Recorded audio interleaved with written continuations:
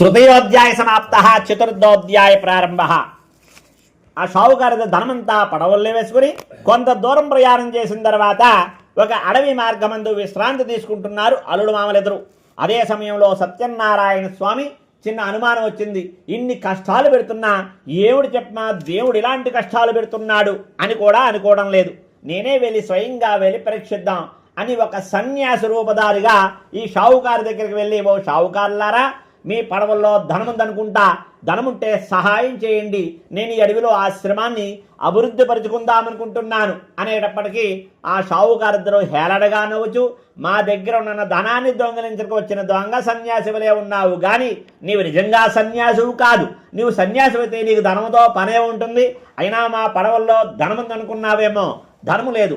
ఆకు, అలము, పత్రి, పుష్పాలు పట్టుకుని మేము వ్యాపారానికి వెళ్తున్నాం తప్ప మా పడవల్లో ధనం లేదు అంటున్నారు. ఎన్ని మాటలు అన్నప్పటికీ కూడా అదే మాట అంటున్నారు షావుకారులు. అంతట సత్యనారాయణ స్వామి సన్యాసి రూపధారి, సత్యం భవతుమే సదా, మీ నోటి వెంబడి ఏదైతే వచ్చిందో అదే యథార్థముగా కాని శాపమిచ్చి కొంచెం ముందు దూరం ఉన్న మారేడు చెట్టు కింద కూర్చుని తపస్సు చేసుకుంటున్నారు సత్యనారాయణ స్వామి సన్యాసి రూపధారి. ఈ షావుకారులు అనుకుంటున్నారు, త్వరగా పోదాం, పదలుడు దొంగ సన్యాసి పీడ వదిలింది, లేదా అంటే ఇంకో 10 మంది దొంగలు తీసుకువస్తాడు అని గబగబా వెళ్ళి పడవలెక్కారు. తీరా పడవలెక్కేటప్పటికీ పడవల్లో ధనమంతా ఆకు, అలము, పత్రి, పుష్పాలు అయిపోవడంతో మూర్ఛపోయారు. కొంతసేపటికి అల్లుడు తెలివి తెచ్చుకున్నాడు. మామ విచారించినా ఏమి ఫలితం, మన దగ్గరికి వచ్చిన సన్యాసి మన శాపం ఇచ్చాడు కాబట్టి ఇలా జరిగింది, ఏ తక్షణ పర్యంతం అతని దగ్గరికి వెళ్దాం కదా అని గబగబా వెనకకి వెళ్ళి సత్యనారాయణ స్వామి సన్యాసి రూపధారి తపస్సు చేసుకున్న చోటకు వెళ్ళి పాదములపై పడి నమస్కారం చేసి, ఓ మహానుభావ, మీరెవరో సామాన్యులు అనుకుని హేళన చేశాం, మా ధర్మంతా మాకివ్వండి అని అనేక విధములుగా ప్రార్థన చేస్తున్నారు.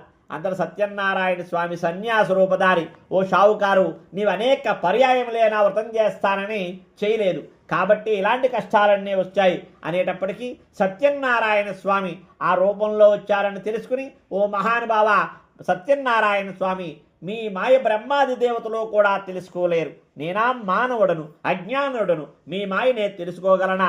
మా శక్తానుసారము మీకు పూజ చేస్తాము, మా ధర్మంతా మాకివ్వండి అని అనేక విధములుగా ప్రార్థన చేస్తున్నారు. అందరూ సత్యనారాయణ స్వామి వారు కోరిన ప్రకారమే వారి ధర్మంతా వారికి ఇచ్చి అక్కడనే మాయమైపోయారు. అందరూ ఆ షావుకారులు పడవలకి చూచుకోక ఎక్కడ ధనం అక్కడే ఉంది. అందరూ సత్యనారాయణ స్వామిని కొనియాడుతూ వారి దేశానికి బయలుదేరారు. కొంత దూరం ప్రయాణం చేసి ఒక దూతని ముందుగా ఇంటికి పంపించారు. ఆ దూత ఇంటికి వచ్చే సమయానికి లీలావతి, కళావతి అతి భక్తి శ్రద్ధలతో సత్యనారాయణ స్వామి వ్రతాలు చేస్తూ ఉన్నారు. అదే సమయంలో షావుకారు పంపించబడిన దూత ఇంటికి వచ్చి, అమ్మ, షావుకారిద్దరూ క్షేమంగా రేవు చేరుతున్నారు, క్షేమ వార్త మీకు తెలపమన్నారు, మిమ్మల్ని నదీ తీరానికి రమ్మన్నారు అనేటప్పటికీ లీలావతి వ్రతం పూర్తయింది కానీ కళావతి వ్రతం పూర్తి కాలేదు. ముందుగా వ్రతం పూర్తి చేసుకుని కుమార్తెని చూసి, అమ్మాయి, నీవు కూడా వ్రతం పూర్తి చేసుకుని నదీ తీరానికి రామ్మ, నేను ముందుగా నదీ తీరానికి వెళ్తున్నాను అని ముందుగా నదీ తీరానికి వెళ్ళిపోతున్నది.